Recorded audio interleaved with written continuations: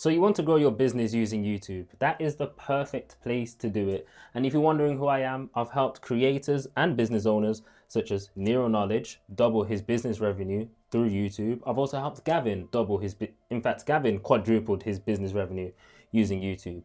So if you do want to grow your business by any means using YouTube as the platform to do so, in this video, I'm going to give away everything that I did to help Nero and Gavin grow their business using YouTube. Also, this is going to be just me blurting out the information. You can watch the video, you can listen to me in the background if you got YouTube Premium. Hopefully, if you're watching this, hopefully you got YouTube Premium, because it's the basics nowadays. So without further ado, let's get into it. But I can't start without showing you lot my image. Look at this. This might even be like the thumbnail to the video. All right, cool. Where's the wiper? All right. So the first thing that you lot need to understand before I even go into anything, and I'm not even going to write this on the board, right? The first thing you lot need to understand is when you're creating content for YouTube, you might be thinking, oh, I just want views so I can get business. Of course, that's what we all want. But as a result of that, you start thinking selfishly. You start having an ego. You're like, yeah, they should just listen to me, because I'm him. Yeah, just listen to me. I just want your business. That's it. But content is a selfless game. You need to be willing to give out your information. You have to be willing to not make the show about you. You just have to be the presenter of the information. And I came across this quote ages ago when I was a lot younger. I say a lot younger. I'm still technically young now at 24. But I was probably like 16, if that. And I came across a quote and it was like, no one cares about you. They care about the position you hold. So just because you are you and you think, oh, you're so special, you're only special because of the position you hold. You only hold that position because of the knowledge you have.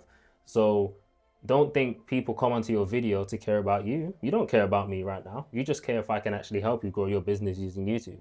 You care if I actually can give you the information to help you grow and get more views on YouTube. You'd listen to anybody if they could tell you how to do that, because that's the problem that you want to solve right now. So if people come onto your channel for a problem, get straight to the point, give them the information that they need, be selfless, and just present it in your way. I'm not saying completely eliminate yourself. That's what's going to separate you. And people take information differently from different people. That's why some creators are bigger than others, because they're able to express themselves more freely, but also still give the viewers what they came for. MKBHD said it perfectly. He was like, he's not the main star of the show, even on his main channel, which is about tech. The tech is. On his car channel, he's not the main star. The car is. So extrapolate that. Nero got to me, bro. Listening to his videos all the time, but extrapolate that to your own business or your own channel. So the first thing that we want to do is optimize your channel. And I don't know if you are in this position, but if you are, you need to optimize your channel. And what I mean by that is you need to, I don't want to say niche down, but technically you are going to niche down if you want to grow your business using YouTube. But I'm not saying literally just super niche down, find a super sub niche and talk about that. That's not what I'm doing. I talk about content creation as a whole. If I was super niching down, I would probably only speak about getting views on YouTube for business owners, but I'm going to speak about more than that in other videos. But what you want to do is optimize your channel. Let's say you're a fitness coach or a weight loss coach. That's your thing. You help people lose weight. It doesn't mean every video is about weight loss. You can talk about anything surrounding fitness, so diet, workouts, and just anything else fitness related, right? But by optimizing, your video needs to talk to a specific person at all times. No matter what video you're making, you need to know what that person likes, dislikes, regrets, desires, their dreams, and you need to talk to that person. And that's what you're going to do to optimize. Now, you might be in a position where you already have a YouTube channel, but maybe you are making very, very generic content. Like you didn't even pick a niche or an industry to create content about. Let's say you're a fitness coach and you made fitness content, but sometimes you made self-development stuff. Sometimes you made vlogs. Sometimes you made tech videos. Sometimes you just spoke about just random stuff. And that attracts people from everywhere. Now, if you're trying to grow your business, you don't want anyone and everyone. You want a specific type of person, which is why I said you're going to have to niche down to a certain extent on YouTube. So if you do have a channel that typically it's normally it's a big channel, right? Iman Ghazi done this. He has a big main channel, which he still does produce on. But when he has like a business that he wants to run and get leads for, he starts a new channel. He made Iman Ghazi Business or something like that. So when he's teaching people personal branding, that's where people go. Highly concentrated leads right there. That's what you're going to have to do. If you have a general channel, you're going to have to create another one that is more specific to your target avatar. However, if like 60-70% of the content you're posting on your main channel is for your target avatar, keep that channel. Like for me, I've made some videos in the past around self-development tech. Even my old videos, they're like reaction videos. I'm still keeping this channel, bro. I'm still keeping this channel. But that's, oh shit. But that's just something that you guys really should consider. Now, once your channel's optimized and you've decided if you're keeping your channel or not, of course, the only thing that really matters is views, right? Oh my God. Wow, views. Do you know when you say a word and it triggers something? 2016, Drake. Views. Goated album. No one can tell me. Drake had 2016 in the palm of his hands, bro.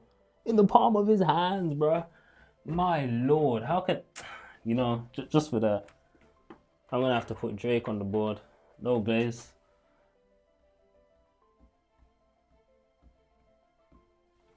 I need a one dance, but I didn't see him. Even the new Drake's banging. What's that song? Stop teasing me. I could change your life so easily, but you're leaving me. All right, cool. Anyway, views. Right, that's the only thing we really care about. No Drake. It's the only thing we really care about. So, what are the elements that you need to get more views? On YouTube, it's two things: click-through rate and average view duration. That's it. It sounds so simple when I put it like that, but it's actually not, because there's a lot of moving pieces that need to align for both of those to click very well for you to get views and get pushed out by the algorithm. Like, you can have an amazing click-through rate, but if your average view duration is shit, that video is going to stop growing really fast. If you've got a shit click-through rate but a good average view duration, you're going to have people complete the video, but no one's even going to click on the video to even watch the video. So both of them need to align, and there's a bunch of moving parts. I think there's 3 or 4. I actually wrote them down. How many parts? There's 4. No, there's 3. There's 3. There's 3 main parts that I would say anyway. So the first thing that you need to focus on, and this is before you move on to anything, is your ideas. And this is going to come down to your research. I'm heavy on research. You probably should research more than you actually record videos, more than you script videos, if you even script videos. Researching ideas in particular are the most important thing. Now, there's a bunch of ways you can get ideas. You can get ideas from short form videos. You can get ideas from other YouTube videos. You can get ideas from blog posts. You can get ideas from your own blogs. You can also get ideas from your past self, your current self, and maybe even your future self. Or just put yourself in the shoes of your target avatar. So by past self and current self, a lot of the times we're selling something which we have experienced that problem, or we were very close to experiencing that problem. So you would know exactly what your target avatar would feel, right? So from there, you'll be able to come up with ideas like, my target avatar had this problem. It was, let's say you're a weight loss coach. They had a bad habit of binge eating on a Friday because, long day, long week at work at 9 to 5, and they just kept binge eating. You had the same thing. You make a video on how to solve it, or how you overcame that problem, or how to overcome that problem, and take that to whatever industry you're in. Now, your current self, you might sit here and think, yeah, that's a problem I nearly had but didn't have. But you know how to overcome it now because you've probably got the knowledge and information currently. Now, future self, it's where you can see yourself in the future, right? I know in the future I might have problems like I don't know, scaling problems for my business, for example. That's something that I maybe could create content about if I knowledged up on it, right? So that's the main ways you can get ideas. But when I say this, make sure you listen. I actually have to write this down. This is going to apply to every single thing that comes afterwards as well. Let me put it in a different color for you guys.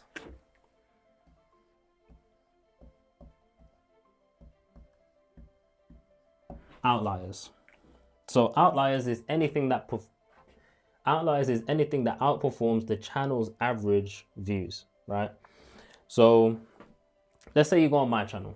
I've got a video about Nero Knowledge's strategy or how Nero hacked YouTube or whatever. That video done like 30,000 views. At the time of me recording this, it's probably like a 30, 50x better performing than my average videos, right? So you can go on other channels and you can look at their average views, and then you can see what videos are performing very well. And then from there, you can really think, is it the idea itself? Is it the title? Is it the thumbnail? Is it this? Is it just because it's this person? Is it their certain circumstance?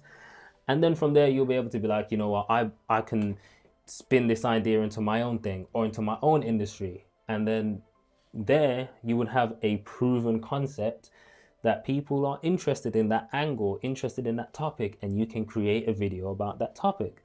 Topic's the most important thing. Obviously, it's tied into the idea, but when you focus on outliers, you're removing like 90% of the guesswork. You don't have to think, is my target avatar really going to care about this? Have I titled it right? Is it like, you don't have to worry about all of those problems, because someone out there has probably already flipping done it. And you can search that up on YouTube as well, like searching what you're going to make a video about, and you can see what's the most viewed video.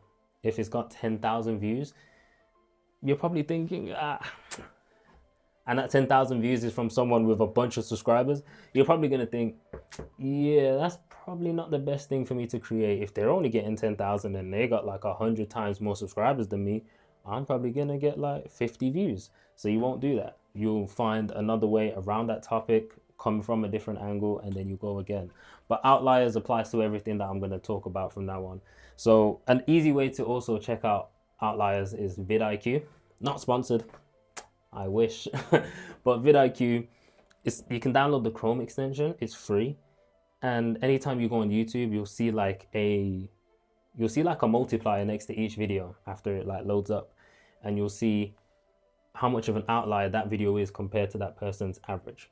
And this is sick because when you go on the homepage, your YouTube homepage, and the videos are recommended to you, from there you'll be able to see, oh, right, is my mic on? Oh shit, yeah.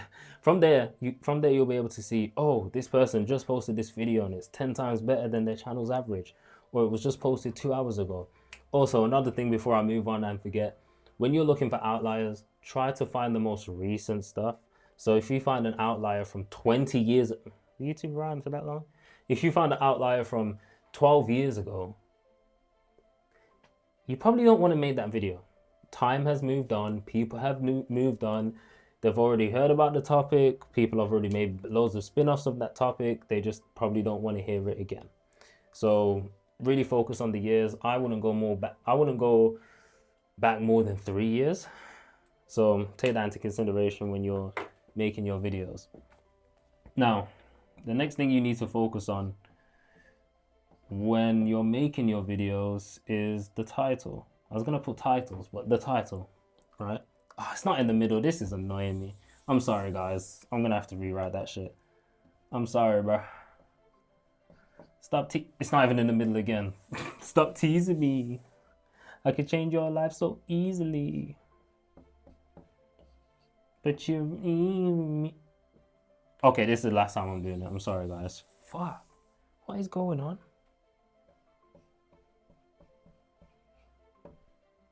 Alright, cool. That's gonna be good enough. It's even small. I'm not rewriting it again. My bad, gang. But title.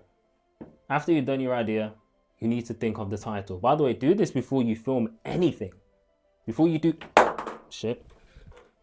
Bit too passionate there. Before you film anything, you need to focus on the idea, then you move on to the title. So as soon as you got the idea and you've scoped out the idea, think of a title. And the easiest way to do this is look for outliers. Look for someone that's already made a video around that topic.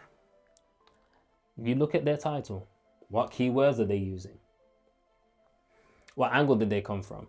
Are they using like a title framework? And by framework, I mean you can replace a few words and apply it to your own industry.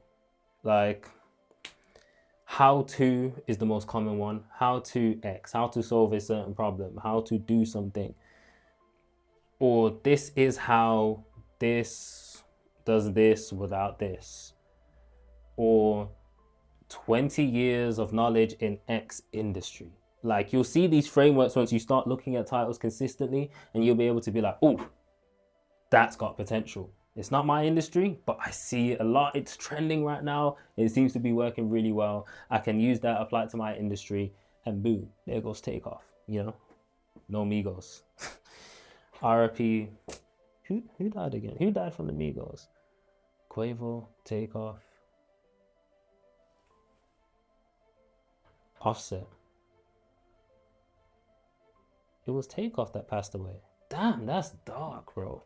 Anyway, man, RIP. Hopefully it's Takeoff. If it ain't Takeoff, I'm gonna look like an idiot. But RIP Takeoff. But anyway, your videos will start to take off. You'll start seeing some momentum. So focus on your titles. And if there's something that I'm going to tell you for this one as well, of course, outliers applies to titles as well and what's going to come afterwards. But really, really abuse this, right? And my clients are going to be mad at me because this is exactly what I tell them as well. I ain't going to lie to you. Use power and emotion words. Oh, crap. I forgot emotion. I just put power and words. Power and emotion words. The reason I say use power and emotion words is because I was told by a friend of mine who runs a very successful documentary channel on YouTube that gets like 1 million views in the first 30 days. In fact, I think he got like 1 million views in like 5 days before. It's flipping crazy. He gets multi-million views every single video. And he told me this trick. There's something called power and emotion words, right? And I'll leave a link in the description to get my, what do I call it now? My content playbook. And it's going to help you create content from scratch. It's going to also have a list of power words that you can copy and steal. So if you want a list of power words that you can copy and steal, sign up for that. I'll send it to your email and you can just go through the list. Anyway, so power and emotion words are basically words that trigger something in the viewer's brain psychologically. Obviously, emotion words trigger emotion. Power, I think, triggers the decision making in someone's brain. And their words, a lot of them overlap. So you can just say power / emotion words. A lot of them overlap. They're words like easy, proven, hack, tricks. I know that will is not a word, it's more of a phrase, but that's also included. I'm trying to think off the top of my head. And you sneaky. You'll see these words like easily, like it's a variation of easy. But you'll see these words used all over YouTube every single time. And because they work. So use them in your videos. I've probably used it in this title. I'm not quite sure what the title is going to be for this one. I've got a few variations, but I'm probably going to use it in this title. So abuse power and emotion words. Yeah. Okay. Let's move on. The next thing that you want to focus on is, if you guys haven't seen, have a guess in the comments. 3, 2, 1. Thumbnail. If you want to grow your business, you need to focus on the thumbnail. And of course, I'm going to tell you how to make a good thumbnail. It's quite funny because it's a lot simpler than you think. A good thumbnail doesn't really need much. Now, by the way, I must say, everything I'm saying right now, you can take and use. But one thing you need to consider is you're going to see a lot of people on social media not follow these principles. And it's going to work for them. And that's fine, right? But at least give these principles a go first before you go off and start making up your own. For example, I know Charlie Morgan's thumbnails right now. I just think, what the hell are those, bro? They don't follow this formula. But 95% of the videos on YouTube follow this formula, but his don't. But that's why he stands out. Once you do what people aren't, once you don't follow what people are doing or the majority are doing, you instantly you're an anomaly. You are an anomaly. So you are going to stand out, and it's working for him, right? But at least give these a go, because you'll see that also his previous videos did have some well put together thumbnails that did follow these principles. Now, the first thing you want to do with your thumbnails, make them simple. Make them as accurate to the first few frames of your video as possible, just for an accurate representation. If you can, increase the brightness in post, increase the contrast in post, and increase the saturation. That's going to make your thumbnail pop. That's just the first thing, right? You don't want a dark thumbnail. Come on now, common sense. And then you just want 1 to 3. You want 1 to 3 elements in your thumbnail. So your face is one, text is another one, and images are another one. You want 3 max, 1 to 3. You can have your face and text. Cool. You can have your face, text, and an image. Some people do it, some people don't. If you're trying to go for simplicity, you probably just want to pick 2. Face and text or face and image. Face and image. Now, if you look all over social media, you'll see that a lot of people use just face and images. Some people use all 3. Some people just use face and text. You're going to have to experiment and see which one really works well for you.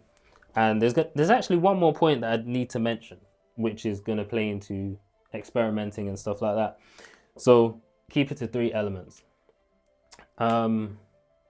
Is there anything else? Yeah, brightness, 1 to 3 elements. Keep it simple. Again, as I said, you're going to see people not follow these steps. They're an anomaly. It's as simple as that. Also, when you do text, 1 to 4 words max. Guys, please, if there's one thing I hate, is when people create a thumbnail. As I said, you don't have to follow this. I know Diary of a CEO don't follow this, Stephen Bartlett, but 1 to 4 words max of text in your thumbnail. After that, it just starts to look really long. And also, one thing you should never do when it comes to your thumbnail, when you put text in there, don't just repeat the title. Make it an addition to the title. Stephen Bartlett does this very well. He wouldn't repeat in his thumbnail what the title says. He would maybe say a quote of what the person said in the podcast that makes you think, oh shit. Then you read the title and you're like, yeah, I like this. I'm clicking, right? Don't just copy and paste what's your title into the thumbnail as a text. Don't do it. You can, I guess you could summarize it. So on this, I could just put grow your business if I wanted to. Even though it's going to be in the title, it's still 1 to 4 words max. But basically, try not to repeat yourself in the thumbnail text. Make it an addition and keep it 1 to 4 words max. Simple as that. Now, even though we've said all of this, all the stars are frozen, all the stars are burning in the night, and let you know, all the stars are frozen, all the stars are frozen. That's just in my head, I don't even know why. Now that you followed all of this, there's one thing that matters, whether you can actually pull all this off or not. And I can't even stay still, bro. And it's simple. It's the amount you post. And it's what gets everybody. You need to be posting at least once a week. And I want you to think in terms of long time frames. Over a year, 1 time a week, that means 52 posts. Ideally, if you want to increase the speed that you're growing at, post twice a week. Now, I found twice a week is probably going to be most people's limit, depending on if you can hire an editor or not. I would highly suggest hiring an editor, by the way. But if you want to edit your own videos, that's fine. But twice a week is typically the sweet spot. Now, if you're very new, go for 3 times a week. But just remember, the more you post, the more time consuming it's going to be, for one, even if you outsource the editing, because you're going to have to come up with the ideas. And if you're scripting the videos, you're going to have to do that. I wouldn't really recommend scripting most of it. Maybe script the hook, then have bullet points for the rest. It's probably the best way to do it. But you're going to spend a lot of time on ideas. You're going to spend some time thinking of titles, and you're going to have to come up with concepts of thumbnails. I would also outsource thumbnails if you don't know how to create videos, because I'm a creator. I can kind of do the thumbnail myself. But if not, you're going to have to outsource that stuff. And you're going to have to do this if you're doing 3 times a week. 3 of those each week. It might sound easy because the first week, yeah. Second week, yeah. Third week, you're like, oh, it's exhausting, running out of ideas, or I'm struggling. But you get it done. Then the 4th week, you're like, I need a break, bro. This is a lot. It's a lot of work. I'm not saying if you choose to do 3 videos a week, I'm not saying that you must do 3 videos for the rest of your life. But at least try and keep it consistent. You don't want to do 3 videos this week, then next week do none, and next week do none. You want to pick one that you can actually stick to, that will allow you to stay consistent. If you know you can only do 1 video a week, do 1 video a week. I'd highly recommend 2.